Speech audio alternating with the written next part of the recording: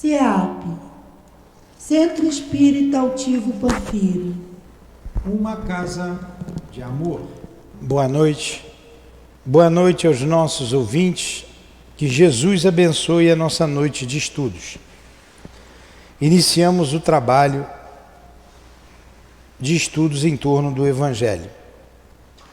Capítulo 4. Ninguém pode ver o reino de Deus se não nascer de novo. Item 5. Ora, entre os fariseus havia um homem chamado Nicodemos, senador dos judeus, que veio à noite encontrar Jesus e lhe disse: Mestre, sabemos que tu vieste da parte de Deus para nos instruir como um doutor, visto que ninguém poderia fazer os milagres que fazes se Deus não estivesse com ele. Jesus lhe falou: em verdade te digo que ninguém pode ver o reino de Deus se não nascer de novo. Disse-lhe Nicodemos: como pode nascer um homem que já é velho? Ele pode tornar a entrar no ventre de sua mãe para nascer uma segunda vez? Jesus lhe respondeu: em verdade te digo que se um homem não renasce da água e do Espírito, ele não pode entrar no reino de Deus. O que nasceu da carne é carne, o que nasceu do Espírito é Espírito. Não te admires de que eu tenha dito que é preciso que nascer de novo. O Espírito sopra onde quer, e ouves a sua voz, mas tu não sabes de onde ele vem, nem para onde vai. O mesmo ocorre com todo homem que é nascido do Espírito. Nicodemos lhe perguntou: como isto pode acontecer? Jesus lhe disse: és mestre em Israel e ignoras estas coisas? Em verdade eu te digo que só dizemos o que sabemos e só damos testemunho do que vimos. E, no entanto, não aceitas o nosso testemunho. Mas se tu não crês quando te falo das coisas da terra, como acreditarás quando te falar das coisas do céu? João. Querido Jesus, ajuda-nos neste momento de prece, de oração, de estudos, em que te buscamos com o coração e com a mente. Derrama sobre nós o teu amor, Jesus, diluindo as nuvens que porventura pairam sobre nossas cabeças e que não são saudáveis. Permita que o nosso irmão altivo e os guias da nossa casa nos inspire, nos ajude neste momento de estudos. Que seja então em nome desse irmão querido, altivo Panfiro, diretor da nossa casa, a quem pedimos ajuda, aos guias que fazem parte da coluna de espíritos que dirige o CEAP, em nome do amor, do nosso amor, Lourdinha, peço a sua ajuda também, ajuda de Leon Denis e de Allan Kardec, mas que seja em teu nome, Jesus, em nome de Deus, nosso Pai, que possamos iniciar os estudos desta noite. Que assim seja.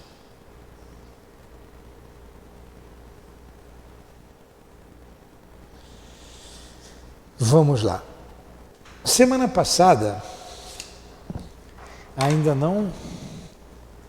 Estou sentindo aqui tudo ainda. Semana passada, a gente falou desse trecho do item 5, né? É Jesus falando claramente, abertamente da reencarnação, com Nicodemos. Vamos ver o comentário de Allan Kardec aqui no item 6. O que ele diz? A ideia de que João Batista era Elias e de que os profetas podiam reviver na terra encontra-se em muitas passagens dos evangelhos, notadamente nas relatadas acima, 1 a 3. Se essa crença tivesse sido um erro, Jesus não deixaria de combatê-la, como combateu a tantas outras. Longe disso, ele a confirmou com toda a sua autoridade, colocando-a como um princípio e como uma condição necessária quando disse: ninguém pode ver o reino de Deus se não nascer de novo. E ele insiste quando acrescenta: não te admires de que eu tenha dito que é preciso que nasça de novo. Poxa, que coisa mais clara do que isso? Se interpretam de maneira diferente, o problema é da cabeça que quer interpretar assim, por interesses pessoais, por interesses de sistema. Não interessa. Jesus falou claramente da reencarnação. E como ele se referiu aos outros itens, 1 a 3, aquela passagem de que João Batista é a reencarnação de Elias. Se isso não fosse verdade, Jesus combateria essa ideia. Como Kardec bem colocou aqui, uma análise perfeita de Allan Kardec. Como ele combateu tantas outras ideias, que não era concorde à lei de Deus. Ele não combateu. Então é uma questão de interpretação. Ficou bem claro isso? Aí vocês já sabem, nós já falamos quem foi João Batista, quem foi Elias, que mandou cortar a cabeça dos profetas de Baal, aquelas coisas todas. Então vamos lá, número 7. Estas palavras, se um homem não nasce da água e do Espírito, foram interpretadas como a regeneração pela água do batismo, mas o texto primitivo trazia simplesmente não nascer da água. Olha, esse detalhe é importante. Novamente a perspicácia de Allan Kardec, e dos espíritos. O trecho primitivo fazia não renascer da água e do Espírito, enquanto que em certas traduções a palavra foi do Espírito, foram substituídas do Espírito Santo, o que não corresponde mais ao mesmo pensamento. Esse ponto capital ressalta dos primeiros comentários feitos sobre o Evangelho, assim como um dia isso será constatado sem equívoco possível. Então essa questão do Espírito Santo foi acrescentada depois. Edo é Espírito. E essa crença que nascido da água, ele vai falar no item 8, Tudo, para os antigos, tudo tinha surgido das águas. A água é o gerador da vida, o gerador da terra, inclusive o gerador do universo. Era a crença dos antigos. Por isso Jesus falou que nascido da água é água. O próprio feto está mergulhado na água, mas o que é nascido do Espírito é de Espírito.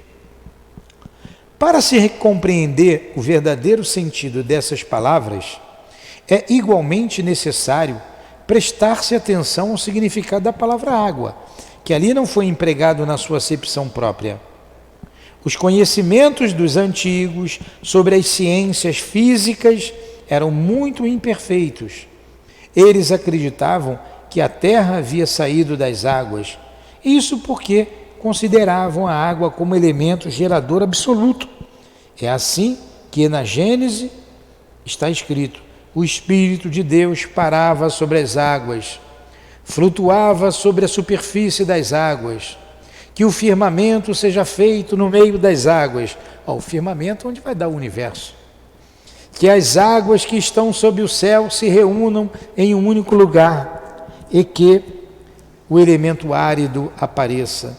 Que as águas produzam animais vivos que nadem na água e pássaros que voem sobre a terra e sobre o firmamento. Digno de atenção essa parte aqui. Só quem estuda, quem lê, é que sabe disso.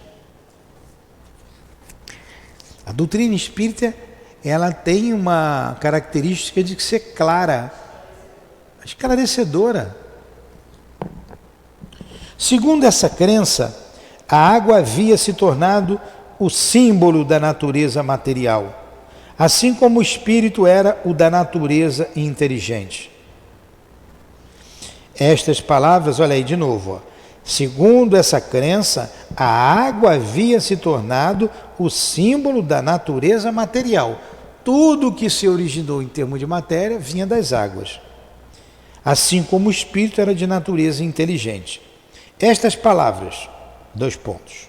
Se o homem não renasce da água e do espírito, ou em água e em espírito, significam, portanto, se o homem não renasce com seu corpo e sua alma.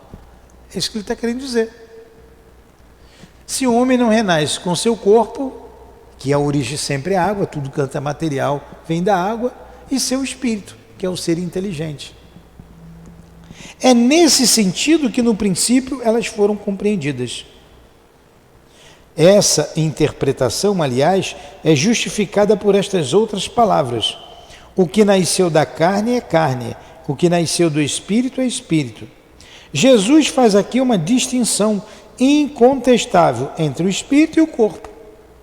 Ele está distinguindo, uma coisa é o espírito, outra coisa é o corpo. O que é nascido do espírito é o espírito, o que é nascido da água é a água. De onde o espírito vem? Do mundo espiritual. Quem criou o espírito? Deus. O que é nascido da carne é carne, indica claramente que o só corpo procede do corpo e que o espírito é independente do corpo. Bem claro, né? O espírito, número 9, sopra onde quer e ouves a sua voz, mas tu não sabes de onde ele vem, nem para onde vai. Pode-se entender como o Espírito de Deus, que dá vida a quem ele quer e como a alma do homem. Nesta última acepção, isso que a gente falou, quem criou foi Deus.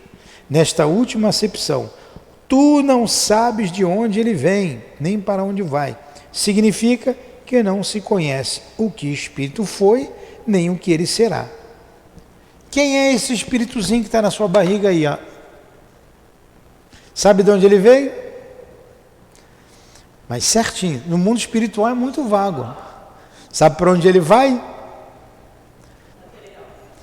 Ele vai para o corpo, mas depois ele vai para onde? Vai voltar para o mundo espiritual, para onde ele vai? A gente não sabe. Foi isso que Jesus disse. Depois me lembra de falar uma coisa para você. Se o espírito ou alma fosse criado ao mesmo tempo que o corpo, se saberia de onde veio, porquanto se conheceria o seu começo.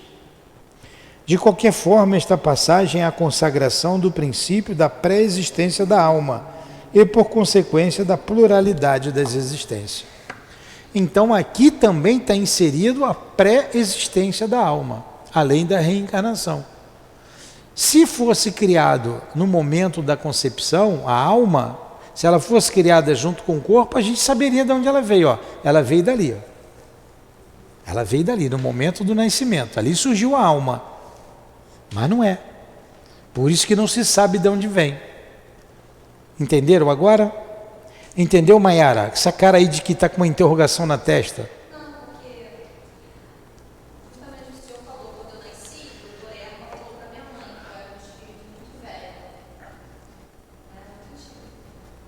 Sim. Uma pessoa está dizendo, né? Você não foi criada naquele momento em que o corpinho foi criado. Na relação dos seus pais se formou o corpo. Se você fosse formada ali, saberia, eu já sei de onde veio a Maiara, ela veio dali. A gente veio da barriga da mãe, mas não foi ali. Quando ele disse para tua mãe, esse é um espírito muito velho, você não sabe nem de onde você veio. Você é tão ruim, tão ruim, tão ruim, que deve ter vindo lá de Capela, ainda está aqui. Minha parceira, eu também vim de lá, né? A gente é meio complicado mesmo. Entenderam agora? É muito bonito a gente saber a nossa história, né? A história tem que saber a história do povo, a história de um país, a história da alma. Para a gente viver melhor, com mais equilíbrio. Agora diluiu, somente agora. Perturbação dos outros te envolve, que você leva um tempo para... Quando você absorve, quando você dá bobeira. Tem que estar atento. A gente vacila. Vamos lá. Número 10. Ora, desde a época de João Batista até o presente, o reino dos céus se toma pela violência, e são os violentos que o arrebatam, visto que até João, todos os profetas e também a lei o profetizaram. E se quereis compreender o que eu vos digo, é ele mesmo Elias que há de vir, que ouça aqueles que tiveram ouvidos para ouvir. Que aí Jesus ratifica depois lá em Mateus. né? Bem claro. Ó. E ele ratifica que João Batista é a reencarnação de Elias. Ó. E se quereis compreender o que eu vos digo, vocês querem compreender a reencarnação? Querem? É ele mesmo, quer dizer, João, é ele mesmo, o Elias, que há de vir, que ouça aqueles que tiverem ouvido de ouvir. Não tem como dizer que Jesus não está falando da reencarnação. Você está dizendo, você está maluco? Não existe reencarnação. Quem falou que tem que nascer de novo? O que nasce é o batismo. Agora, Jesus batizou alguém? Quem batizava era João. Jesus não. Ele não ensinou isso. Isso era uma prática deles lá. Não. Não vem com esse negócio de acho para cá não, tá? Tem que mostrar a fonte. Onde é que está escrito? Não está escrito em nenhum dos 4 evangelhos. Não está escrito. Está escrito em lugar nenhum. Porque não existe isso. João é que batizava. João batizou. Jesus não. Tudo bem? João batizou Jesus. João foi o precursor, aquele que abre as veredas, porque João anunciava a vinda do Salvador. E quando Jesus aparece a João, João tinha muitos seguidores, muitos discípulos.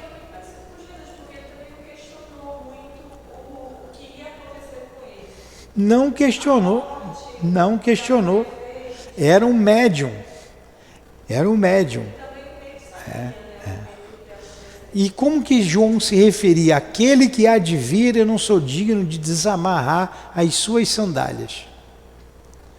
E Jesus avisa João que eu sou, eu que estou chegando aí. E João ratifica tudo aquilo ali. Agora, engraçado, João era primo de Jesus. Filho de Isabel. Como é que era o nome do pai de João Batista? Quem acertar vai ganhar um celular. Como é o nome do pai de João Batista? Dou-lhe uma. Agora, a última chance. Vou ganhar o celular de vocês. Se eu... Erraram? Zacarias. Zacarias, vocês têm que ler o Novo Testamento. Zacarias, ele era um dos doutores lá do templo. E tinha um ritual de entrar no templo primeiro, cada semana era um. E naquela semana, como está ali narrado ali no Evangelho, então eu estou contando aqui pelo meio, era a vez de Zacarias. Zacarias era casado com Isabel. Isabel já era uma mulher idosa. Agora, eu não sei o que era idoso para aquela época, né? Não sei o que era idoso. No outro dia, a pessoa mostrou aqui um recorte de jornal de 1942, 40 e tal, e disse assim, o ônibus caiu numa casa, caiu da ribanceira numa casa e matou uma velhinha de 42 anos. Estou vendo 2 velhinhas aqui na minha frente. Então, o que era idoso para aquela época, né? E quando ele entrou no templo, o homem tinha que dar um filho, e um varão, tinha que ser homem. Era a tradição, que cultura, né? E ele estava lá e apareceu um anjo para ele. Como era o nome do anjo? Gabriel.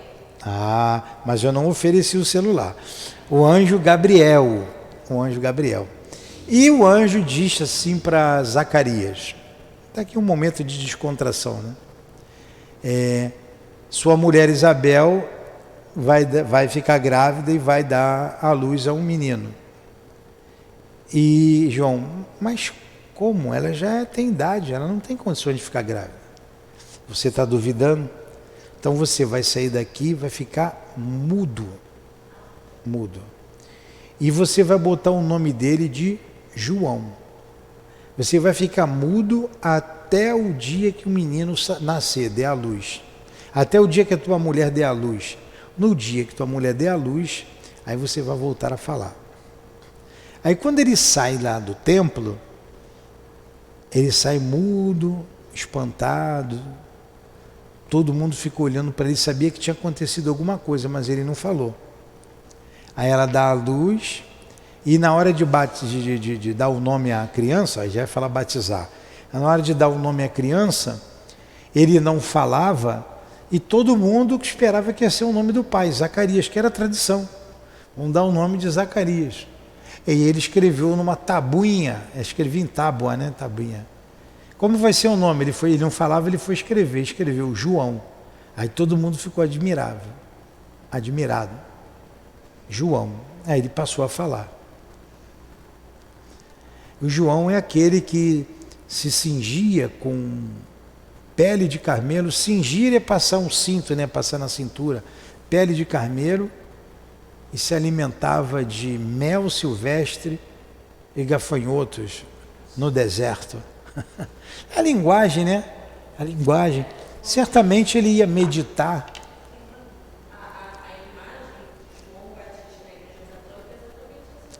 Pois é. Camelo. Mas a gente não dá para a gente explicar tudo ao pé da letra. Não dá. Porque isso foi mexido pra caramba. A essência está ali. O importante é a essência. Ele foi enviado, ele que veio na frente. Ele é o precursor de Jesus. Não estava escrito lá que Elias tinha que vir? Então, Elias veio, como João Batista. Quer dizer, anunciando a vinda do Messias. Essa é a essência, é isso que está ali. É isso que a gente precisa entender. Agora, entender que ele comia gafanhoto, é umas coisas meio que não vai trazer grandes coisas para o nosso conhecimento. Mas pergunta. Por que João batizava? E por que Jesus aceitou ser batizado? Será que ele não tinha essa concepção de lá na frente? Agora, era uma coisa deles lá. Como tinha circuncisão. Por que eles circundavam? Os gentios não eram circundados, era o povo não hebreu. Então, o hebreu circundava os meninos. A tradição lá era a tradição deles. O batismo foi João que inventou o batismo por causa da crença de que tudo começava com as águas. Eu não sei te responder se já era da crença dos judeus. Me parece que não. Eu não sei te responder, porque deve ter alguém me ouvindo aqui que saiba um pouco além, né? Muito além. Então eu não vou responder errado. Mas Jesus não batizava. Agora imagina se Jesus tivesse batizado. Olha o rolo que ia dar hoje. Não, olha, Jesus batizava, tanto que ele batizou. Vamos batizar nas igrejas. Todo mundo tinha que batizar. E a razão leva você a dizer assim, o que um pote d'água, um copo d'água, ou uma água espirrada na minha cabeça, ou me mergulhar numa banheira, ou numa piscina, ou num tanque, ou num próprio rio, ou no mar, como fazem hoje, vai limpar a minha alma. Se o que limpa a minha alma é o meu pensamento, é o meu coração. Então isso é um simbolismo. Se você entender como simbolismo, tudo bem. Porque você se renovando, tudo bem. Isso aqui é importante. Se isso for importante para a tua renovação espiritual, ótimo. Agora, os teus erros não foram apagados. Os seus pecados não foram perdoados. Por quê? Porque você tem que responder pelo que você fez, reparar. Pois é, se você não for batizado, você é pagão, não vai para o céu. Agora, que céu é esse? Sou pagão por quê? Quem foi que disse que eu vou morrer pagão? E por que eu estou sendo batizado? Você está sendo batizado por causa do pecado de Adão e Eva, o pecado original. O que eu tenho com Eva? O que eu tenho com Adão, que eu não sei nem quem foi? Porque ela comeu a maçã, porque ela, como está escrito, é claro que é tudo uma alegoria. Mas isso não é racional. Por que eu vou pagar pelo erro do meu pai? Ou pelo erro do meu avô? Era uma crença. Era uma crença naquela época. Que, tem uma passagem, se o meu filho comeu uvas, se eu comer uvas azedas, o meu filho pode nascer com os dentes trincados. Quer dizer, os meus erros, os meus pecados vão cair sobre o meu filho. E quando eu era católica, eu tinha medo disso. Poxa, eu não posso errar porque um dia eu vou ter filho, vou prejudicar meu filho. Agora, olha ver. Como é que eu vou prejudicar alguém que eu nem sabia se ia nascer, quando que ia nascer, se ia ter filho? Que crença absurda. Mas quando você está envolvido naquilo ali, você acaba entendendo daquela forma. Mas quando você cresce e começa a raciocinar, você diz, pô, não pode ser assim, tem alguma coisa errada. Aí leva muitos à descrença. Até lá no Candomblé não tem batismo? Na Umbanda tem? Na Umbanda tem batismo. Na verdade, eles consideram o batismo da Igreja Católica. Eles consideram. Ali é o sincretismo religioso, né? Não, lá é no Candomblé. Vamos lá. Vamos continuar aqui. Se o princípio da reencarnação expresso no Evangelho de João poderia, a rigor, ser interpretado em um sentido puramente místico, o mesmo não poderia ocorrer nesta passagem de Mateus, em que não há equívoco possível. É ele mesmo o Elias que há de vir. Nela não há figura nem alegoria, é uma afirmação positiva. Por isso que eu estou dizendo, a essência do Evangelho, a essência do que Jesus falou, está ali.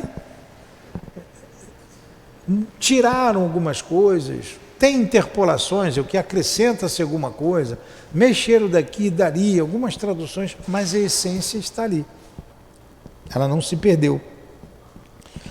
Desde a época de João Batista até o presente, o reino dos céus se toma pela violência. O que significam essas palavras, uma vez que João Batista ainda vivia naquele momento? Jesus as explica dizendo: e se quereis compreender o que eu vos digo, é ele mesmo o Elias que há de vir. Olha, tem coisa mais clara do que essa? Eu dizer para o Tiago, é mesmo ele, o Pedro que tinha que vir. É ele mesmo. Tem coisa mais clara? Ora, João não sendo outro senão Elias, Jesus faz alusão ao tempo em que João vivia sob o nome de Elias. Até o presente, o reino dos céus se toma pela violência. É uma outra alusão à violência da lei mosaica, que prescrevia o extermínio dos infiéis para a conquista da terra prometida, paraíso dos hebreus, enquanto que, segundo a nova lei, o céu ganha pela caridade e pela doçura. Depois, Jesus acrescenta: que ouça aquele que tiver ouvidos para ouvir. Essas palavras, tantas vezes repetidas por Jesus, dizem claramente que nem todas as pessoas estavam em condições de compreender certas verdades.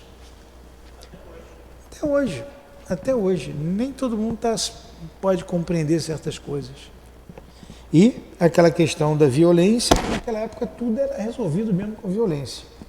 É que eles tinham que conquistar a terra prometida. Alguma pergunta? No question? Então vamos lá. Número 12. Uma passagem de Isaías. Aqueles de vosso povo que morreram viverão de novo. Aqueles que foram mortos em meio a mim ressuscitarão. Despertai de vosso sono e cantai louvores a Deus, vós que habitais no pó, porque o orvalho que cai sobre vós é um orvalho de luz, e arruinareis a terra e o reino dos gigantes. Isaías. O que ele está querendo dizer com isso aqui? Essa passagem de Isaías é também muito clara. Aqueles do vosso povo que morreram viverão de novo. Então vão reencarnar. Se o profeta quisesse falar da vida espiritual, se tivesse querido dizer que aqueles que morreram não estavam mortos em espírito, ele teria dito: vivem ainda e não viverão de novo. Né? Olha, um raciocínio claro e lógico de Kardec.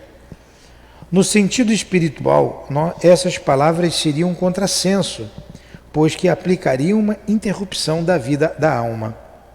No sentido da regeneração moral, elas seriam a negação das penas eternas, já que em princípio estabelece que todos os que estão mortos reviverão. Joga por terra até o inferno.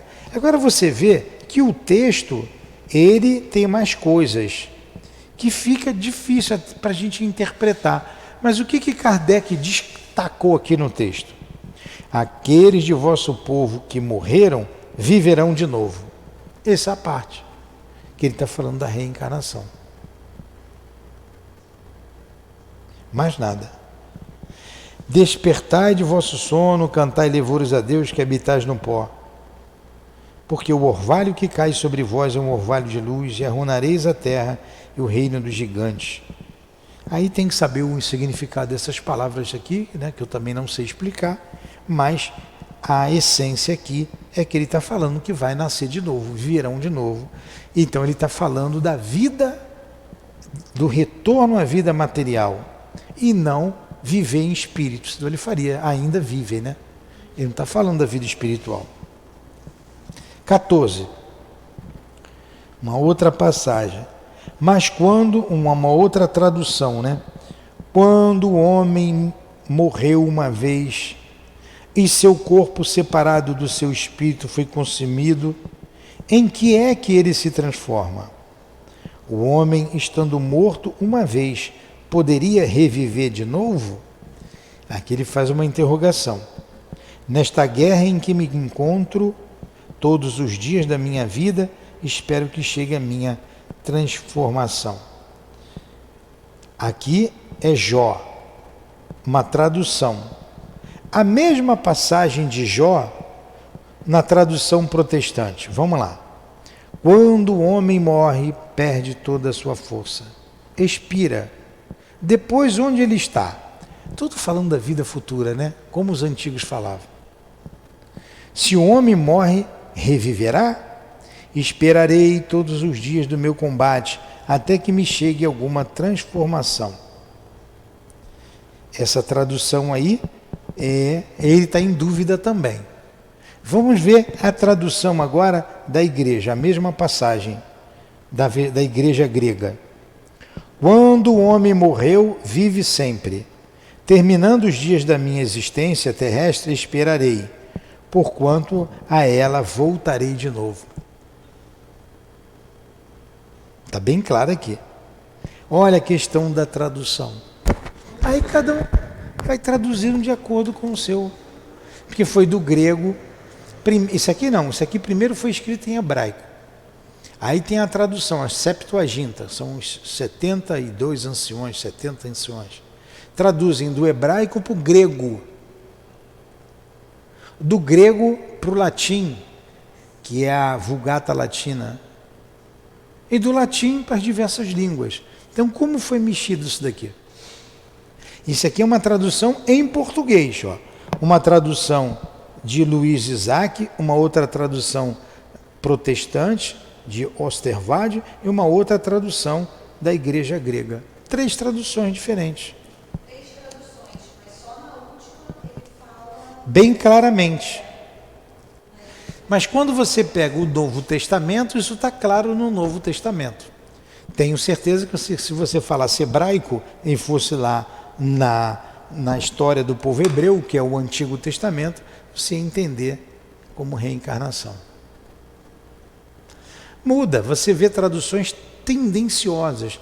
Você vê, por exemplo, o Novo Testamento traduzido, quando é uma ação má do médium, uma coisa má, é um espírito ruim, ele usa a palavra médium.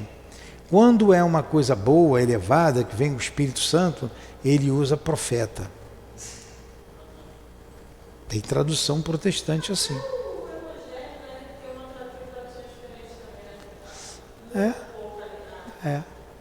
Isso aí.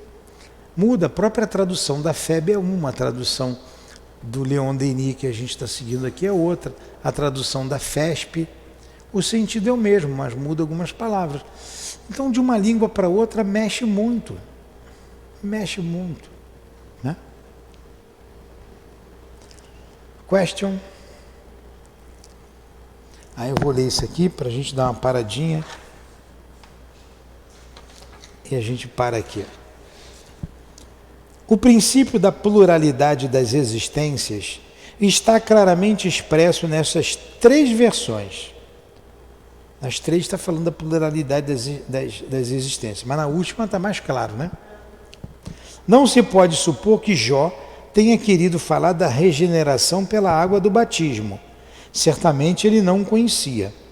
O homem, estando morto uma vez, poderia reviver de novo? A ideia de morrer uma vez e de reviver traz como consequência a de morrer e de reviver muitas vezes. A versão da igreja grega é ainda mais clara, se isso é possível. Terminando os dias da minha existência terrestre, esperarei, porquanto a ela voltarei. Isto é, voltarei à existência terrestre. Isso é tão claro como se alguém dissesse, eu saio da minha casa, mas a ela voltarei. Nesta guerra em que me encontro todos os dias da minha vida, espero que chegue a minha transformação. Jó, evidentemente, quer falar da luta que sustenta contra as misérias da vida. Ele espera a sua transformação, isto é, conforma-se. Na versão grega, esperarei, parece antes se aplicar uma nova existência. Quando minha existência terrena terminar, esperarei, pois a ela retornarei. Jó parece se colocar após a morte, no intervalo que separa uma existência da outra, e diz que ali esperará o seu retorno. Explicação clara de Kardec. Não há, portanto, dúvidas de que, sob o nome de ressurreição, o princípio da reencarnação era uma das crenças fundamentais dos judeus, e que foi confirmada de maneira evidente por Jesus e pelos profetas. De onde se segue que negar a reencarnação é negar as palavras do Cristo. Um dia, quando forem analisadas sem ideias pré-concebidas, suas palavras terão autoridade sobre esse ponto, assim como sobre muitos outros. Mas, 17, a essa autoridade, do ponto de vista religioso, virá juntar-se do ponto de vista filosófico a autoridade das provas que resultam da observação dos fatos. Quando dos efeitos se quer remontar às causas, a reencarnação aparece como uma necessidade absoluta, como uma condição inerente à humanidade. Em uma palavra, como uma lei.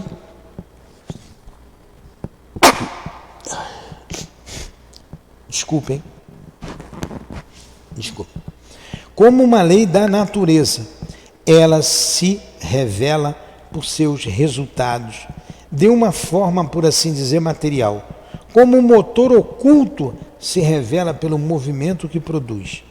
Só a reencarnação pode dizer ao homem de onde ele vem, para onde vai, porque se encontra sobre a terra, e justificar todas as anormalidades e todas as injustiças aparentes que a vida apresenta.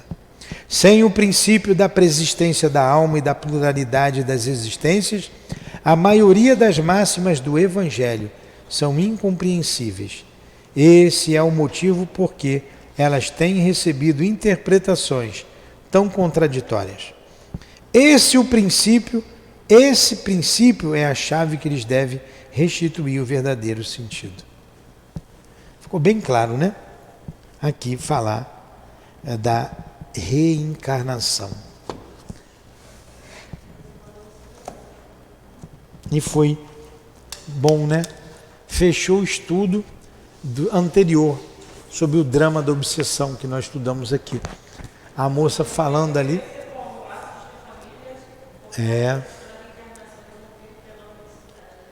Exatamente. Vamos fazer a nossa prece? Alguma pergunta?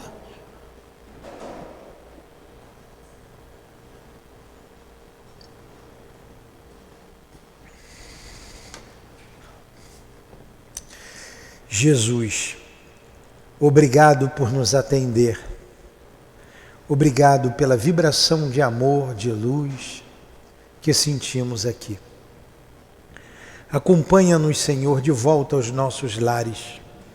Acompanha os espíritos que aqui vieram estudar conosco, que eles possam refletir de quando irão voltar à Terra, porque todos irão reencarnar. E quanto a nós outros, Senhor, arrependidos dos nossos erros, possamos ter forças para reparar na atual existência os erros do passado e caminhar resolutos para o futuro. Ajuda-nos, Senhor, a passar pelas provas, pelas dores, pelas lutas, resignadamente. E nos capacite, Senhor, para cumprir com o nosso dever, aonde formos chamados, e cumprir com o nosso dever em nossa casa, aonde já fomos chamados, para o trabalho do bem, para o trabalho que regenera, que constrói e que apaga a multidão dos nossos pecados. Bendita seja a reencarnação, bendita seja esta encarnação para nós outros. Bendito seja Allan Kardec, os Espíritos do Senhor, bendito seja o seu nome, Senhor. Em teu nome, em nome desses Espíritos amigos, queridos, em nome do altivo e da espiritualidade amiga que dirige a nossa casa de amor, em nome do amor, do nosso amor, pedimos a devida permissão, Senhor, para encerrarmos os estudos da noite de hoje, em torno do tema reencarnação, no livro O Evangelho segundo o Espiritismo. Que assim seja. Graças a Deus.